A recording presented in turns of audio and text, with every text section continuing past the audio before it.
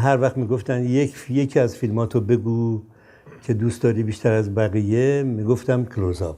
و دلیل من بابت دوست داشتن این فیلم این بود که اینو من نساختم واقعا. یعنی کمتر از همه فیلم‌ها من در کار ساختن این فیلم دخالت داشتم، برای اینکه هیچ کدوم بازیگرا و نابازیگرای این فیلم به حرف من گوش نمی‌کرد. ببخشید این کتابو از کجا خریدین؟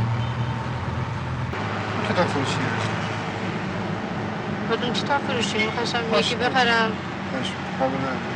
خیلی ممنون. میخوام با پول بگیرم. باشه شما برای خودتون نه خودم نوشتم این رو، این میتونم بشم. شما خودتون نوشتین رو؟ شما خودتون نوشتین؟ شما آقای مخمل باقی؟ بله. خیلی خوشبختم. خواهش. انقدر این فیلم سخت بود برای اینکه من اصلاً یعنی تمام امکاناتم رو به عنوان یک کارگردان دست داده بودم. یعنی کاملا آس و پاس، یعنی اصلا نمیدونستم کیم سر صحنه و چجوری این فیلم رو باید جمعش بکنم. من کار ندارم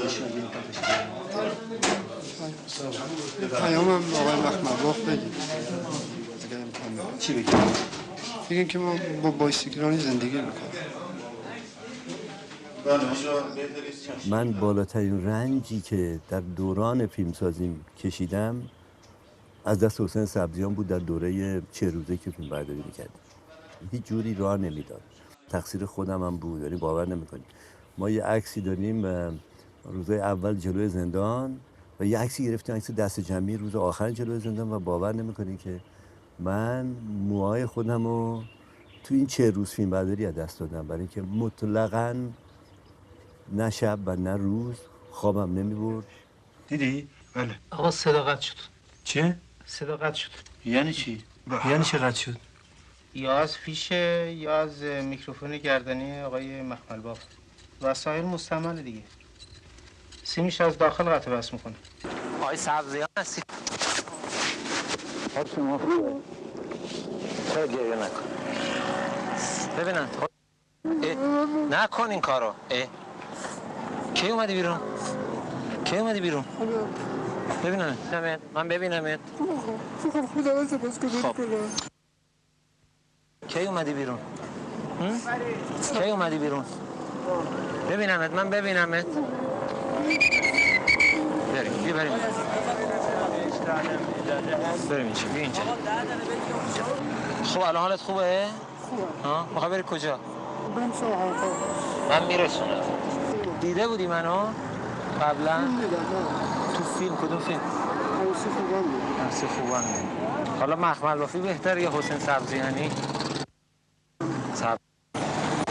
مرد حسابی من خودم از این صحنه غیر قابل تکراره، ولی الان میکروفون در اختیار محسن مخمل بافه و این متاسفانه داره شعار میده و داره از احساس صحنه ما خیلی کم میکنه و این که اصلا فرصتی برای گفتن این چیزا نیست. و همین دلیل تمام راشا که ما دیدیم یک جمله از اون من نمیتونم تو فیلمم نگه دارم.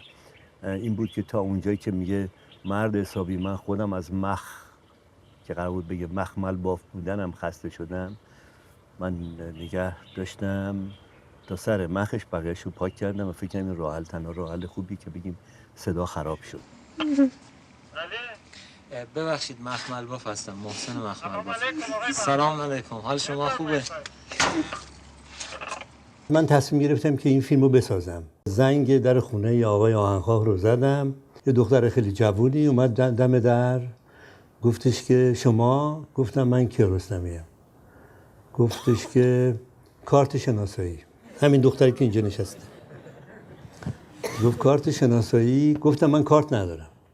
گفت متاسفانه نمیتونیم راهتون بدیم، اینکه ما تازه از دست یه کارگردان قلابی خلاص شدیم، دومی رو دیگه نمیتونیم تحمل کنیم. یادته؟